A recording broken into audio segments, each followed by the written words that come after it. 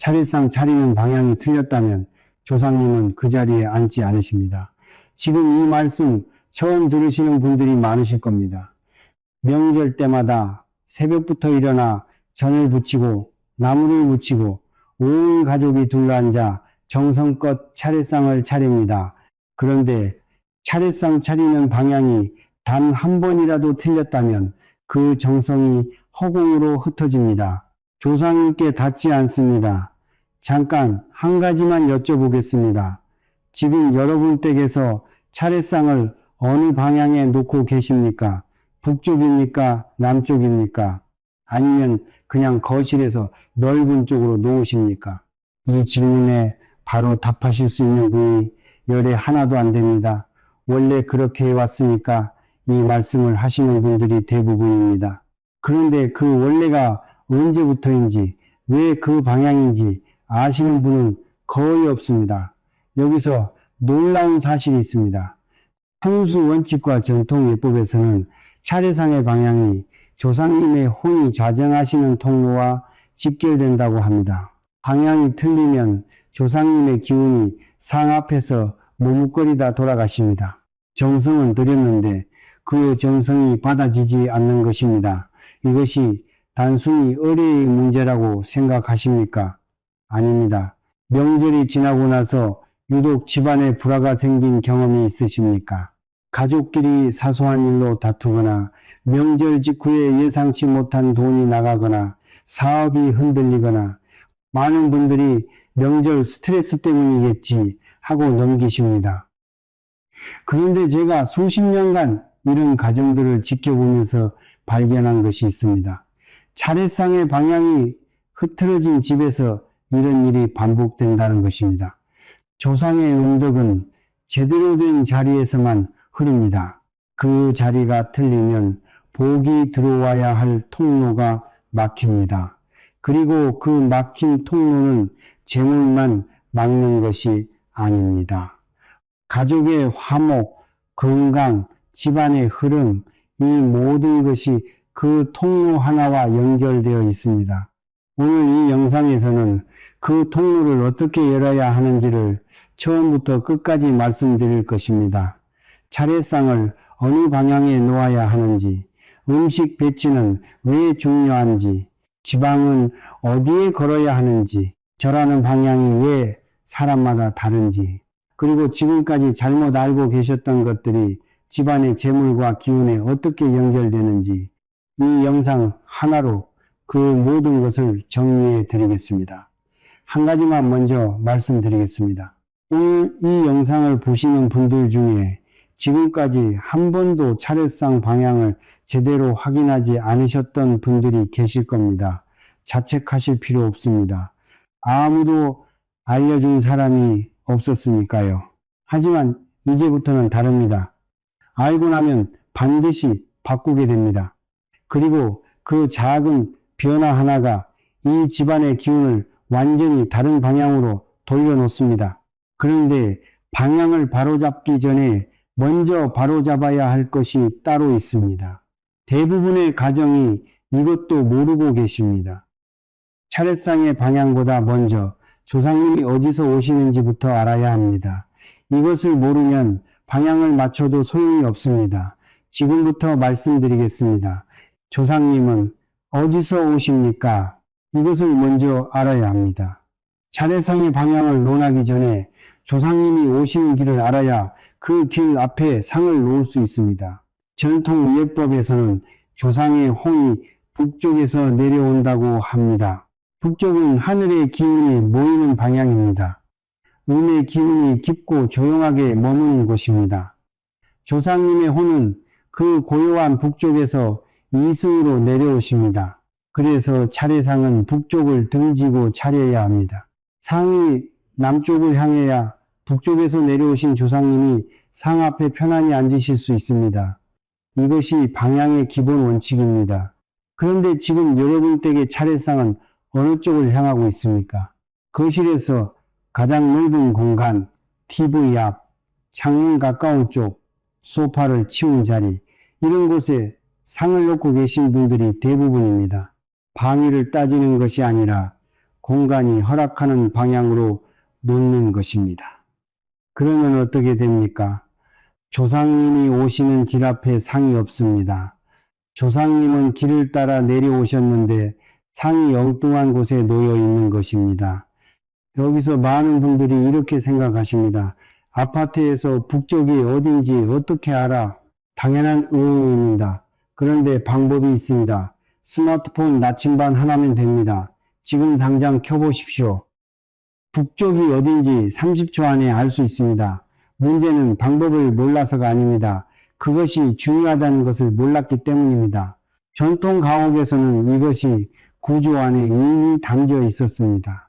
대청마루는 북쪽에 있었습니다. 문은 남쪽으로 나 있었습니다. 조상님이 북쪽에서 내려오시면 자연스럽게 대청마루의 자리를 잡으시고 가족들은 남쪽에서 절을 올렸습니다. 이것이 우연이 아닙니다. 집을 지을 때부터 조상님이 오시는 길을 고려한 것입니다.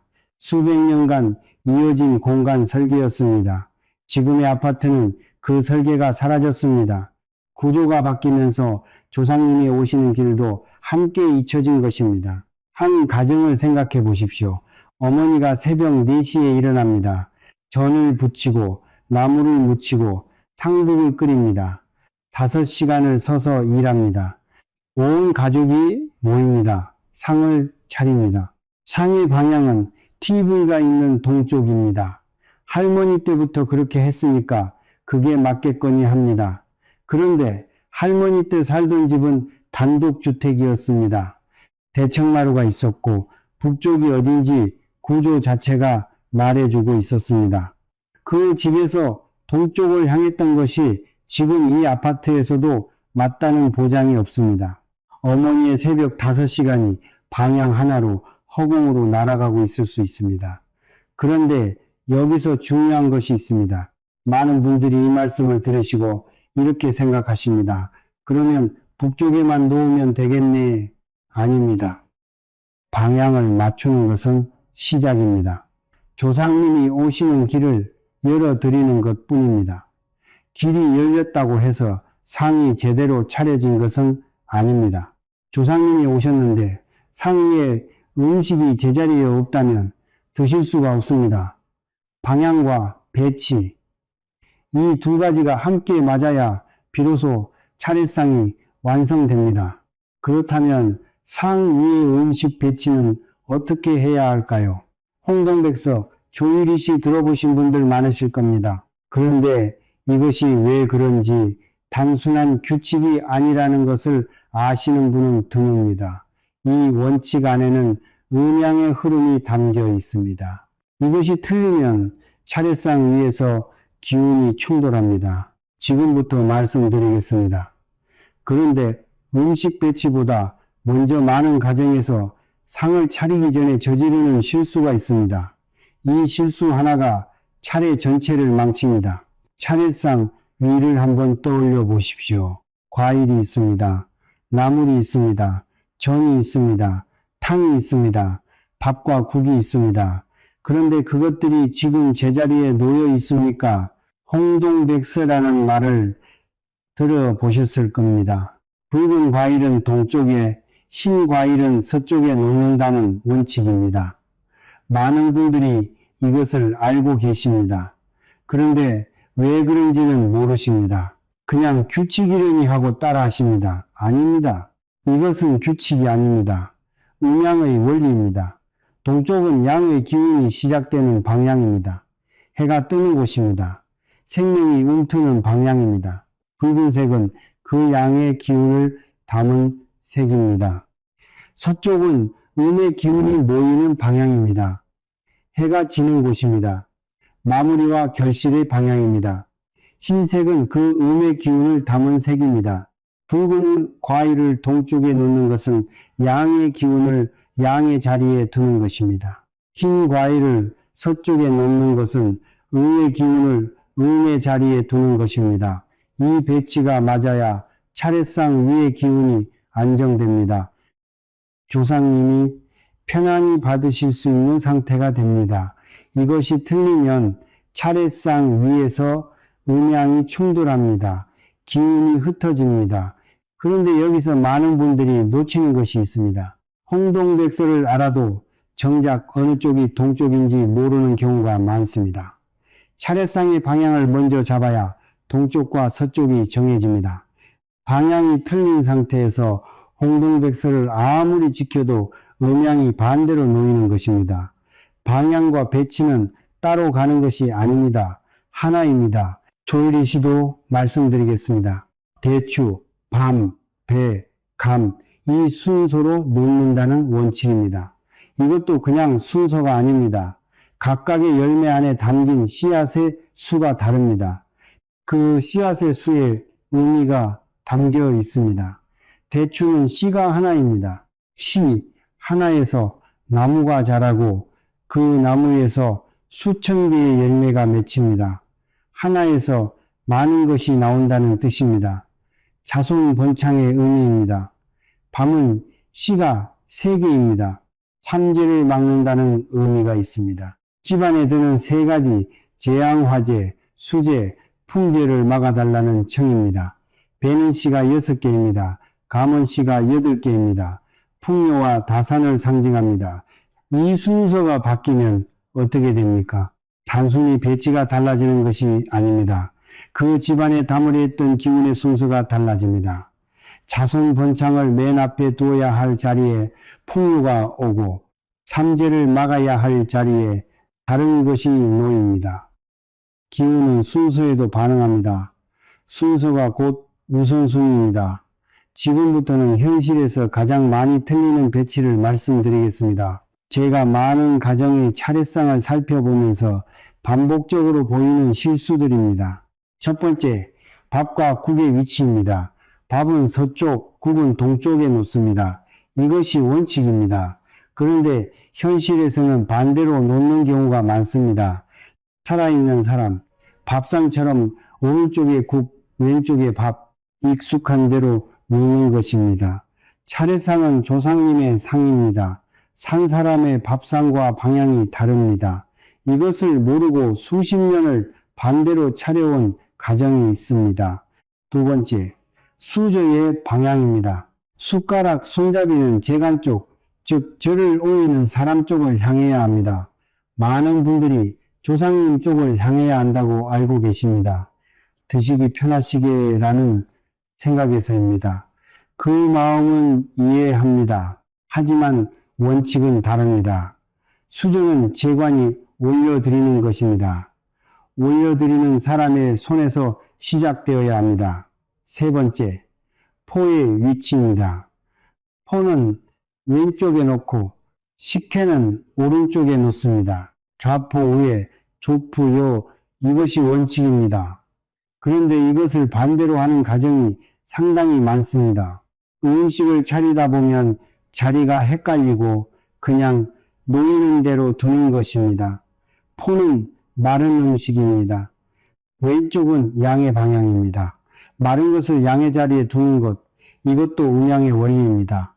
여기서 잠깐 지금까지 말씀드린 것들 홍동백서, 조유리시, 밥과 국의 위치, 수저 방향, 포의 위치, 이것들을 다 맞추셨다고 해도 진짜 문제는 따로 있습니다. 음식 배치를 아무리 완벽하게 해도 차례를 올리는 시간이 틀리면 소용이 없다고 합니다. 조상님이 이승과 가장 가까워지시는 시간이 따로 있습니다. 그 시간을 놓치면 아무리 정성껏 차린 상이라도 조상님이 받으시기 어렵습니다. 그런데 대부분의 가정이 이 시간을 전혀 신경 쓰지 않습니다. 조상님이 오시는 시간이 언제인지, 그리고 차례 전날 밤부터 당일 아침까지 반드시 해야 하는 것과 절대 하지 말아야 하는 것이 있습니다. 이것을 지킨 가정과 지키지 않은 가정은 차례 후의 기운이 완전히 다릅니다. 지금부터 말씀드리겠습니다. 차례는 아무 때나 지내는 것이 아닙니다. 시간이 있습니다. 조상님이 이승과 가장 가까워지시는 시간, 그 시간에 상을 차려야 합니다.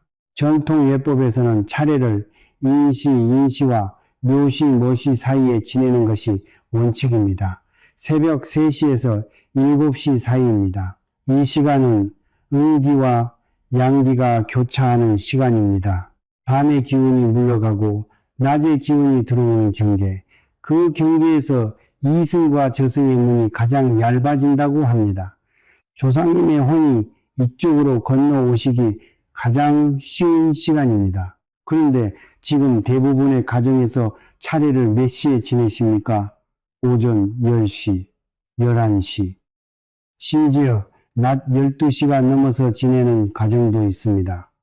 온 가족이 모여야 하고 음식 준비가 끝나야 하고 다들 씻고 나와야 하고 그러다 보면 그렇게 됩니다. 이것이 완전히 잘못된 것은 아닙니다. 하지만 여기서 핵심은 시간 자체가 아닙니다. 진짜 핵심은 준비 상태입니다. 조상님이 오시는 시간에 맞추는 것보다 조상님을 맞이할 준비가 되어 있느냐가 더 중요합니다. 문을 제때 열어놓는 것도 중요하지만 그 문 안이 어지럽혀져 있으면 손님이 들어오시지 않습니다. 준비란 무엇입니까? 몸의 준비와 공간의 준비입니다. 이 두 가지가 함께 갖춰져야 합니다. 먼저 몸의 준비입니다. 차례 전날 밤 여러분은 무엇을 하십니까? 명절 전날은 대부분 분주합니다. 음식을 마저 준비하고 늦게까지 친척들과 이야기하고 술 한잔하고 늦게 잠드는 경우가 많습니다. 전통 예법에서는 차례 전날 반드시 목욕제계를 하고 불필요한 음주와 모임을 삼갔습니다. 몸이 깨끗하지 않으면 조상님이 그 기운을 불편하게 여기신다고 합니다. 지금 시대에 이것을 그대로 지키기는 어렵습니다. 하지만 최소한 이것만은 지키십시오. 차례 당일 아침 깨끗이 씻으십시오. 단정한 옷을 입으십시오. 그리고 상 앞에 서십시오. 잠옷 바람으로 어젯밤 술 냄새를 풍기며 조상님 앞에 서는 것, 이것은 예의가 아닙니다. 조상님도 느끼십니다. 이 자손이 나를 맞이할 준비를 하고 나왔는지 그냥 나왔는지. 그런데 문보다 더 중요한 것이 있습니다. 공간입니다. 차례를 지내기 전 집안을 청소해야 합니다. 특히 차례상이 놓일 공간은 전날부터 깨끗이 해 두어야 합니다. 먼지와 어지러움은 탁한 기운을 머물게 합니다. 탁한 기운이 가득한 공간에는 조상님의 맑은 기운이 들어오지 못합니다. 물이 깨끗한 그릇에만 담기듯 맑은 기운은 맑은 공간에서만 흐릅니다. 한 장면을 생각해 보십시오. 명절 아침입니다. 부엌은 어젯밤 음식 준비로 어수선합니다. 거실에는 친척들이 가져온 짐이 쌓여 있습니다. 아이들이 뛰어다닙니다. 그 한가운데 차례상을 차립니다. 음식은 정성껏 준비했습니다. 방향도 맞췄습니다. 배치도 신경 썼습니다. 그런데 그 공간 자체가 어지럽혀져 있습니다. 조상님이 그 어수선함 속으로 들어오시겠습니까? 향을 피우는 것도 중요합니다. 향의 연기는 이승과 저승을 잇는 통로의 역할을 한다고 합니다. 연기가 위로 올라가면서 이쪽에서 저쪽으로 신호를 보내는 것입니다. 조상님, 준비가 되었습니다. 오십시오 하는 신호입니다. 향 없이 차례를 지내는 것은 문을 잠가둔 채 손님을 초대하는 것과 같습니다. 부르는 소리가 닿지 이금 닿지 여기서 반드시 짚어드려야 할 것이 있습니다. 차례 당일 아침 절대 하지 말아야 할 것입니다. 싸우지 마십시오. 명절 아침은 유독 다툼이 많습니다. 음식 준비로 쌓인 피로, 오랜만에 모인 가족 사이의 오해, 사소한 말 한마디가 큰 불씨가 됩니다. 그런데 차례상 앞에서 가족이 다투면 그 싸움의 기운이 차례상에 올라갑니다. 조상님은 그 기운을 고스란히 받으십니다. 정성껏 차린 음식 위에 분노와 원망의 기운이 함께 올라가는 것입니다. 그리고 한 가지 더, 차례 전에 음식을 미리 집어 먹지 마십시오. 바쁘게 준비하다 보면 자연스럽게 맛을 보고 집어 먹게 됩니다. 당연한 일처럼 여깁니다. 하지만 조상님께 먼저 올려야 할 음식을 자손이 먼저 먹는 것입니다. 순서가 바뀐 것입니다. 조상님이 드시기 전에 자손이 먼저 손을 댄 음식, 그것이 온전한 정성입니까? 잠깐 정리하겠습니다. 차례 전날 밤 몸을 깨끗이 하십시오. 공간을 정리하십시오. 차례 당일 아침 단정히 차려입으십시오. 향을 피우십시오. 다투지 마십시오. 음식에 먼저 손대지 마십시오. 이것이 조상님을 맞이하는 준비입니다. 이것이 갖춰지지 않으면 아무리 방향이 맞고 배치가 완벽해도 조상님이 편안히 앉으시지 못합니다. 그런데 준비를 다 마치고 차례를 시작할 때 또 하나의 관문이 있습니다. 절입니다. 절은 단순한 인사가 아닙니다. 몸의 기운을 조상님께 전달하는 행위입니다. 그런데 이 절, 지금 잘못하고 계신 가정이 절반이 넘습니다. 남자와 여자의 절 방식이 다릅니다. 차례와 장례의 절 방식이 다릅니다. 그런데 많은 가정에서 이것을 혼동하고 있습니다. 차례상 앞에서 장례식, 절을 하고 있는 것입니다. 이것이 무슨 의미인지 지금부터 말씀드리겠습니다. 절을 하십니까? 차례상 앞에서 무릎을 꿇고 이마를 숙입니다. 그런데 지금 그 절이 올바른 절입니까? 절은 단순한 인사가 아닙니다. 몸의 기운을 조상님께 전달하는 행위입니다. 말로 하지 못하는 것을 몸으로 전하는 것입니다. 감사함, 그리움, 청원, 이 모든 것이 절 하나에 담깁니다.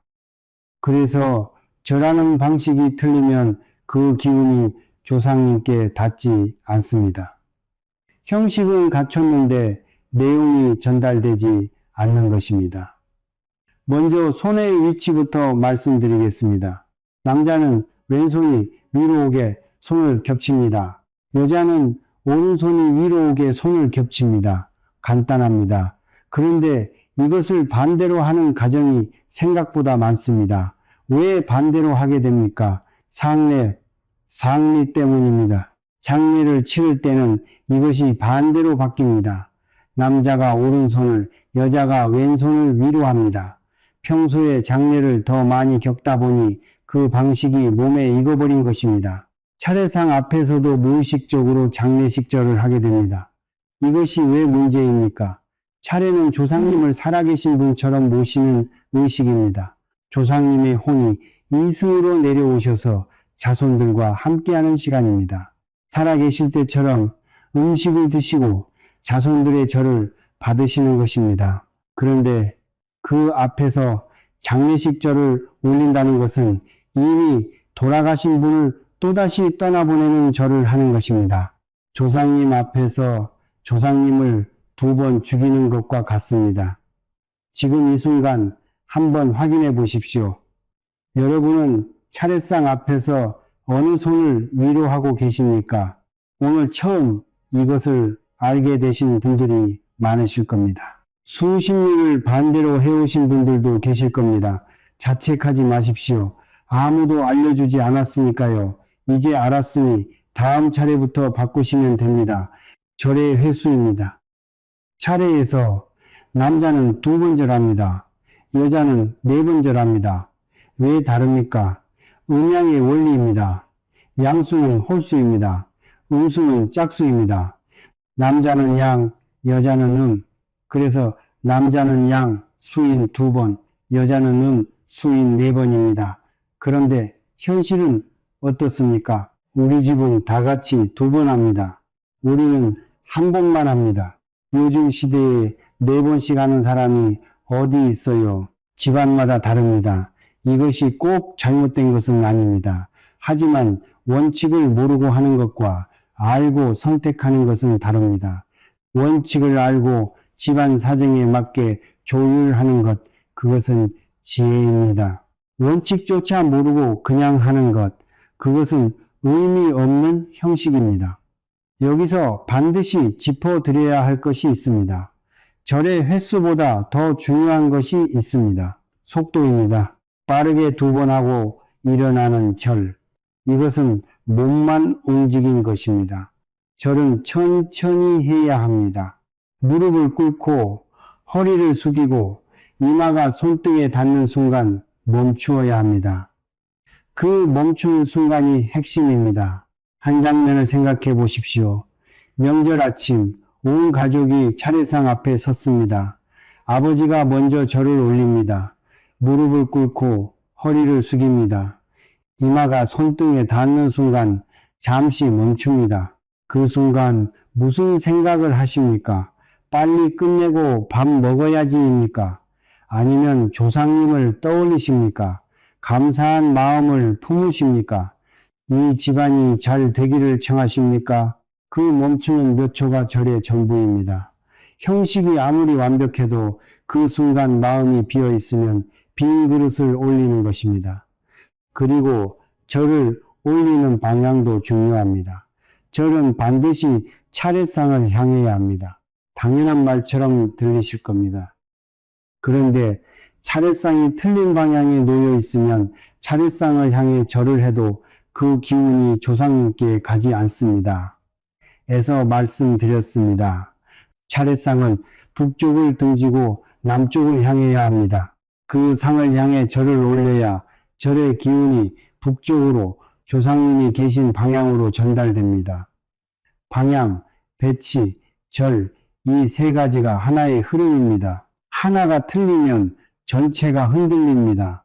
지금까지 절에 대해 말씀드렸습니다. 손의 위치, 횟수, 속도, 방향, 이 네 가지를 기억하십시오. 그런데 절을 마친 후에도 해야 할 것이 남아 있습니다. 많은 가정에서 차례가 끝나자마자 상을 서둘러 치웁니다. 음식부터 먹기 시작합니다. 향도 꺼지지 않았는데, 지방도 치우지 않았는데 음식에 손을 댑니다. 이것이 왜 문제입니까? 조상님이 아직 자리를 뜨지 않으셨습니다. 상을 차리는 것만큼 상을 물리는 것도 순서가 있습니다. 그 순서가 틀리면 차례 내내 쌓아온 기운이 마지막 순간에 무너집니다. 들어온 복이 그대로 빠져나갑니다. 차례상을 치우는 올바른 순서가 무엇인지, 그리고 음복을 어떻게 해야 그 복이 집안에 머무는지 지금부터 말씀드리겠습니다. 차례가 끝났습니다. 절을 올렸습니다. 정성을 다했습니다. 이제 다 된 것입니까? 아닙니다. 차례는 상을 차리는 것으로 시작해서 상을 올바르게 물리는 것으로 끝납니다. 마지막 순서가 틀리면 지금까지 쌓아온 것이 무너집니다. 먼저 음복입니다. 음복 글자를 보십시오. 복을 마신다는 뜻입니다. 차례상에 올랐던 음식에는 조상님의 기운이 깃들어 있습니다. 그 음식을 자손들이 나누어 먹는 것, 이것이 음복입니다. 조상님이 드신 기운을 자손들이 함께 받는 것입니다. 이것이 단순한 식사가 아닙니다. 그런데 음복을 잘못하는 경우가 있습니다. 첫 번째, 혼자 먹는 것입니다. 복은 나누어야 합니다. 혼자 먹는 것은 복을 혼자 취하는 것입니다. 가족이 함께 받아야 할 기운을 한 사람이 가져가는 것입니다. 두 번째, 버리는 것입니다. 음식이 너무 많다고, 먹기 싫다고 차례 음식을 버리는 가정이 있습니다. 조상님이 주신 기운을 쓰레기통에 버리는 것입니다. 이것이 집안의 복을 어떻게 하는 것인지 굳이 말씀드리지 않아도 아실 겁니다. 음복 음식을 이웃에게 나누는 것은 괜찮습니까? 괜찮습니다. 오히려 권합니다. 복은 나눌수록 커집니다. 조상님이 주신 기운을 이웃과 나누면 그 나눔이 다시 집안으로 돌아옵니다. 베푼 것이 돌아오는 것입니다. 예전에는 명절 차례 음식을 이웃집에 돌리는 것이 당연한 문화였습니다. 혼자 잘 먹고 잘 사는 것이 복이 아니라 나누는 것이 복을 부른다는 것을 알았기 때문입니다. 지금 시대에도 이것은 할 수 있습니다. 옆집에 음식을 조금 가져다 주십시오. 홀로 사시는 어른께 차려드리십시오. 멀리 있어 명절을 혼자 보내는 이에게 연락 한 통 하십시오.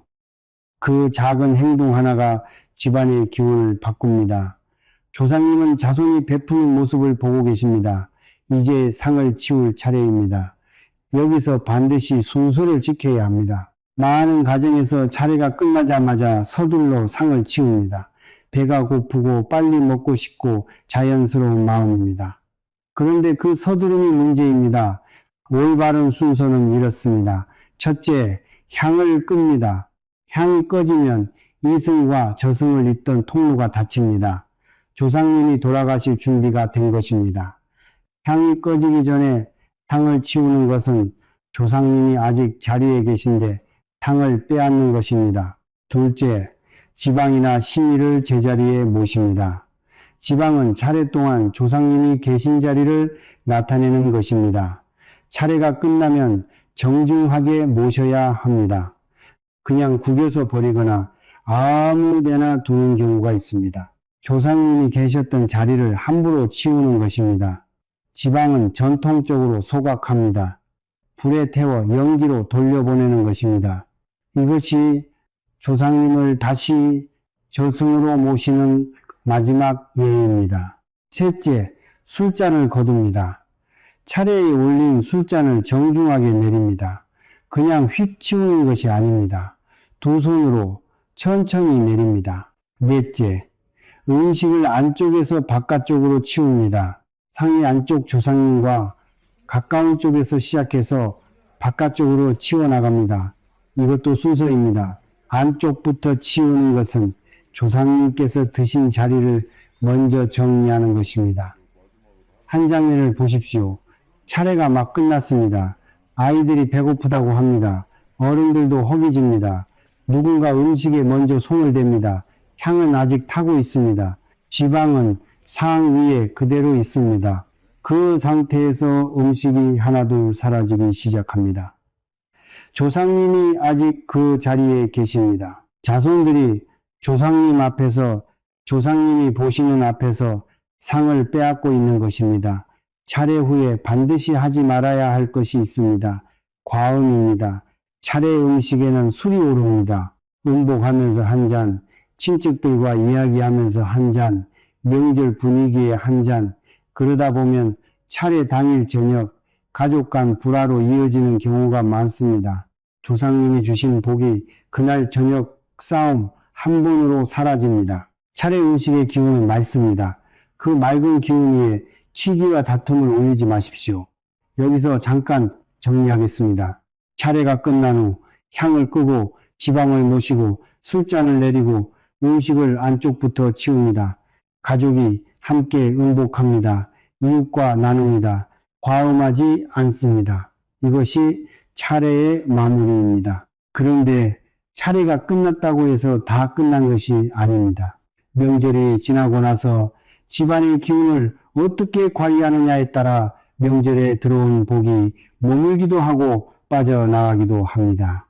명절 후 반드시 점검해야 할 공간이 있습니다.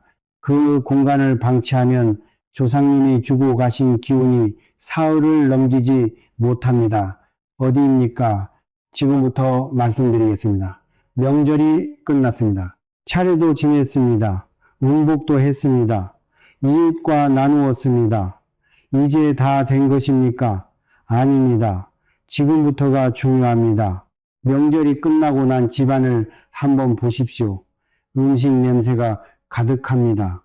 여기저기 물건이 놓여 있습니다. 손님들이 다녀간 자리가 그대로입니다. 아이들이 어질러 놓은 것들이 쌓여 있습니다. 피곤합니다. 치우기 싫습니다. 내일 하면 되겠지 하고 그냥 주무십니다. 그런데 그 순간 명절에 들어온 기운이 흩어지기 시작합니다. 맑은 기운은 맑은 공간에서만 머뭅니다. 조상님이 주고 가신 기운, 은덕의 기운은 고요하고 맑습니다. 그 기운이 어수선하고 탁한 공간에서는 버티지 못합니다. 물을 생각해 보십시오. 깨끗한 물을 더러운 그릇에 담으면 어떻게 됩니까? 물이 더러워집니다. 기운도 마찬가지입니다. 명절 다음날 반드시 집안 전체를 청소하십시오. 특히 차례상이 있었던 자리를 먼저 닦으십시오. 그 자리는 조상님이 앉으셨던 자리입니다. 기운이 가장 강하게 머물러 있는 곳입니다. 그 자리를 깨끗이 닦는 것은 그 기운이 집안 구석구석으로 퍼져나가도록 문을 열어주는 것입니다.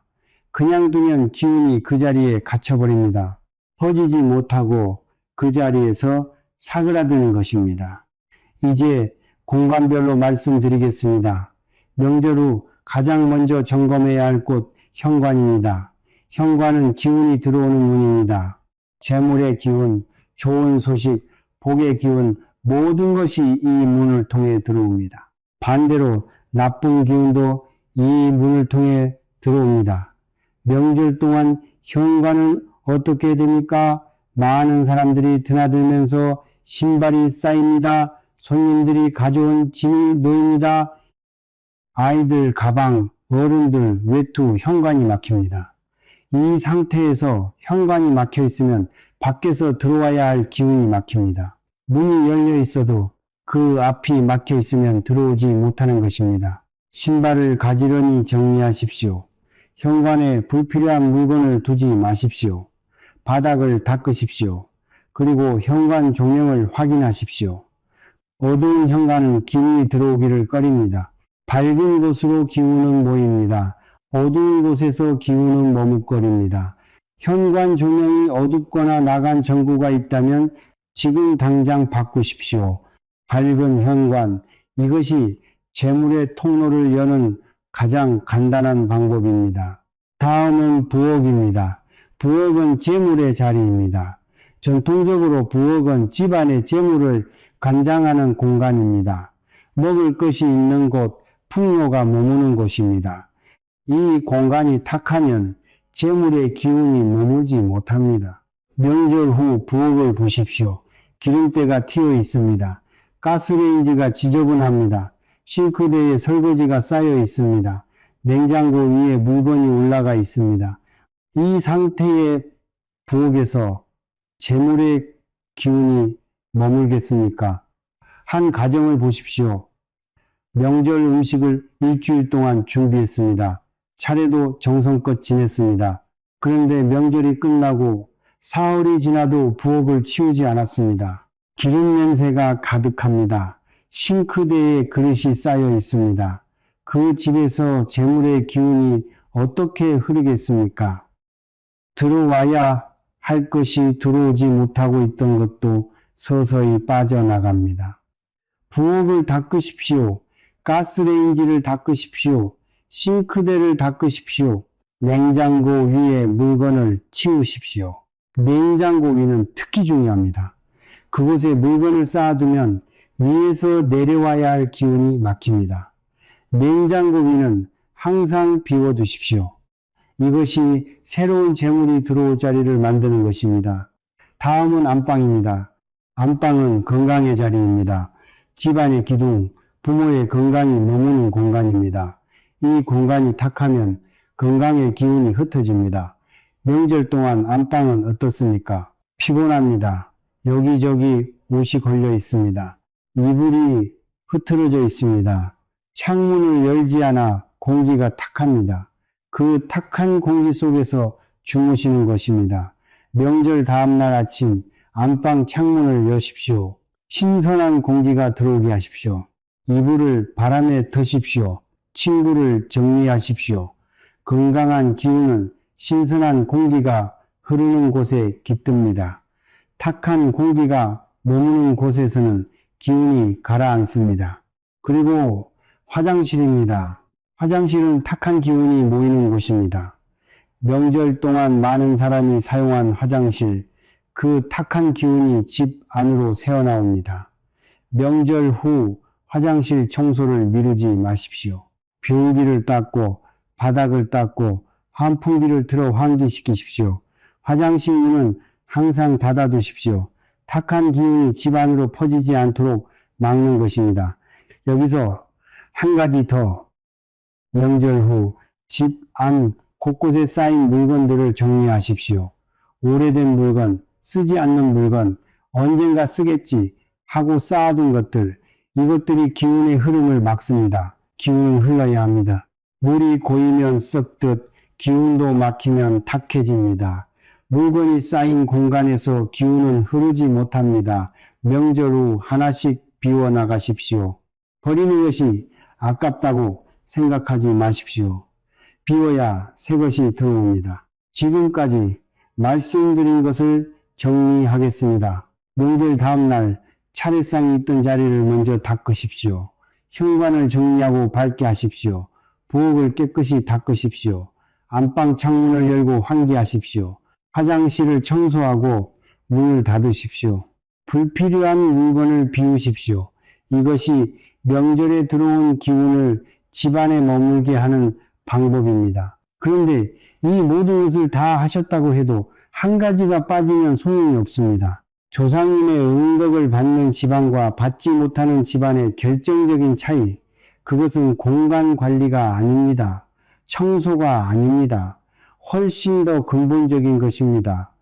그것이 무엇인지 지금까지 말씀드린 모든 것을 하나로 묶는 마지막 원칙이 무엇인지 이제 말씀드리겠습니다. 마지막입니다. 지금까지 차례상의 방향부터 음식 배치, 시간과 준비, 절하는 방법, 상 치우는 순서, 명절 후 공간 관리까지 말씀드렸습니다. 그런데 이 모든 것을 다 지키셨다고 해도 이것이 빠지면 아무 소용이 없습니다. 제가 수십 년간 많은 가정을 지켜보았습니다. 차례상을 완벽하게 차리는 집이 있었습니다. 방향도 맞고 배치도 맞고 절하는 방식도 정확했습니다. 그런데 그 집에 복이 쌓이지 않았습니다. 반대로 형식은 다소 부족해도 집안에 기운이 가득한 가정이 있었습니다. 재물이 들어오고 가족이 화목하고 건강이 유지되었습니다. 무엇이 달랐습니까? 마음입니다. 조상님을 진심으로 기억하는 마음, 이것이 전부입니다. 차례는 형식이 아닙니다. 형식은 그 마음을 담는 그릇입니다. 그릇이 아무리 좋아도 안에 담긴 것이 없으면 빈 그릇입니다. 응덕을 받는 집안에는 공통점이 있습니다. 거창한 것이 아닙니다. 그 집안은 조상님을 기억하는 방식이 성실합니다. 명절이 아니어도 조상님을 생각합니다. 좋은 일이 생기면 조상님 덕분입니다 하고 감사합니다. 어려운 일이 생기면 조상님 도와주십시오 하고 청합니다. 차례상을 차릴 때 대충 하지 않습니다. 방향이 맞는지 배치가 맞는지 한 번 더 생각합니다. 그 한 번 더 생각하는 마음, 그것이 집안의 기운을 바꿉니다. 반대로 응덕을 받지 못하는 집안은 어떻습니까? 차례를 짐으로 여깁니다. 명절이 다가오면 또 해야 하네 라고 합니다. 음식 준비가 번거롭습니다. 차례 지내는 시간이 아깝습니다. 빨리 끝내고 싶습니다. 그 마음으로 차린 차례상이 조상님께 닿겠습니까? 형식은 갖췄지만 마음이 없는 차례, 그것은 조상님께 아무것도 올리지 않은 것과 같습니다. 한 가정의 이야기를 드리겠습니다. 작은 시골 마을에 노부부가 살았습니다. 가진 것이 많지 않았습니다. 차례상도 소박했습니다. 음식 가짓수도 적었습니다. 그런데 그 집 어머니는 차례 전날 밤 반드시 목욕을 하고 단정히 차려입고 차례상 앞에 무릎을 꿇었습니다. 향을 피우고 눈을 감고 조상님을 생각했습니다. 얼굴도 기억나지 않는 먼 조상님까지 한 분 한 분 떠올렸습니다. 그 집에서 자란 자손들이 어떻게 되었는지 마을 사람들이 다 알았습니다. 형식이 완벽하지 않아도 됩니다. 음식 가짓수가 적어도 됩니다. 아파트에서 지내도 됩니다. 방향이 완벽하게 맞지 않아도 됩니다. 하지만 이것만은 갖추십시오. 조상님을 진심으로 기억하는 마음, 이것 하나만 있으면 조상님은 반드시 그 자리에 앉으십니다. 오늘 이 영상을 보시면서 나는 지금까지 다 틀렸구나 라고 생각하신 분들이 계실 겁니다. 자책하지 마십시오. 모르고 한 것은 잘못이 아닙니다. 아무도 알려주지 않았으니까요. 어머니도 할머니도 이것을 제대로 배운 적이 없으셨을 겁니다. 이제 알았습니다. 이제부터 바꾸면 됩니다. 조상님은 완벽한 형식을 원하지 않으십니다. 알고 고치려는 마음을 보십니다. 이제라도 제대로 하려는 자손을 더 귀하게 여기십니다. 다음 명절, 차례상을 차리기 전에 딱 3가지만 먼저 하십시오. 나침반을 켜서 북쪽을 확인하십시오. 차례상이 놓일 자리를 깨끗이 닦으십시오. 향을 피우고 잠깐 눈을 감으십시오. 이 세 가지만 해도 지금까지와는 다른 차례가 됩니다. 풍수에서 이런 말이 있습니다. 기운은 작은 문으로도 들어온다. 크고 완벽한 것만이 복을 부르지 않습니다. 작은 것 하나를 바로잡는 것이 그 집안의 기운 전체를 바꾸는 시작이 됩니다. 차례상의 방향 하나를 바로잡는 것, 그것이 조상님이 앉으실 자리를 만드는 것입니다. 조상님이 제대로 앉으시면 그 기운이 집안으로 흐릅니다. 재물이 들어옵니다. 가족이 화목해집니다. 건강이 유지됩니다. 하는 일이 풀립니다. 이것이 응덕입니다. 거창한 것이 아닙니다. 조상님이 앉으실 자리를 만들어 드리는 것, 그것이 전부입니다. 마지막으로 한 말씀만 더 드리겠습니다. 조상님은 명절 때만 오시는 분이 아닙니다. 항상 이 집안을 지켜보고 계십니다. 자손이 어떻게 사는지, 가족이 화목한지, 이웃과 나누며 사는지 늘 보고 계십니다. 평소에 집안을 정갈하게 유지하십시오. 가족을 아끼십시오. 이웃과 나누십시오. 감사하는 마음을 잃지 마십시오. 그것이 매일매일 드리는 차례입니다. 명절 하루만 잘하는 것이 아니라 매일의 삶이 차례가 되는 것, 그것이 조상님이 가장 기뻐하시는 것입니다. 오늘 이 영상 하나로 모든 것이 바뀌지는 않습니다. 하지만 오늘 이 영상을 보신 여러분은 이제 알고 계십니다. 알면 달라집니다. 달라지면 기운이 바뀝니다. 기운이 바뀌면 삶이 바뀝니다. 다음 명절 차례상을 차리기 전에 오늘 이 말씀을 한 번만 떠올려 주십시오. 조상님이 제대로 앉으실 수 있는 자리를 만들어 드리십시오. 그것이 가장 큰 효도입니다. 그것이 가장 강한 재물운의 시작입니다. 이 영상이 도움이 되셨다면 지금 바로 부모님께, 형제에게, 가족에게 공유해 주십시오. 이번 명절 우리 집 차례상의 방향을 한 번만 다시 확인해 보십시오. 작은 확인 하나가 이 집안의 흐름을 바꿉니다.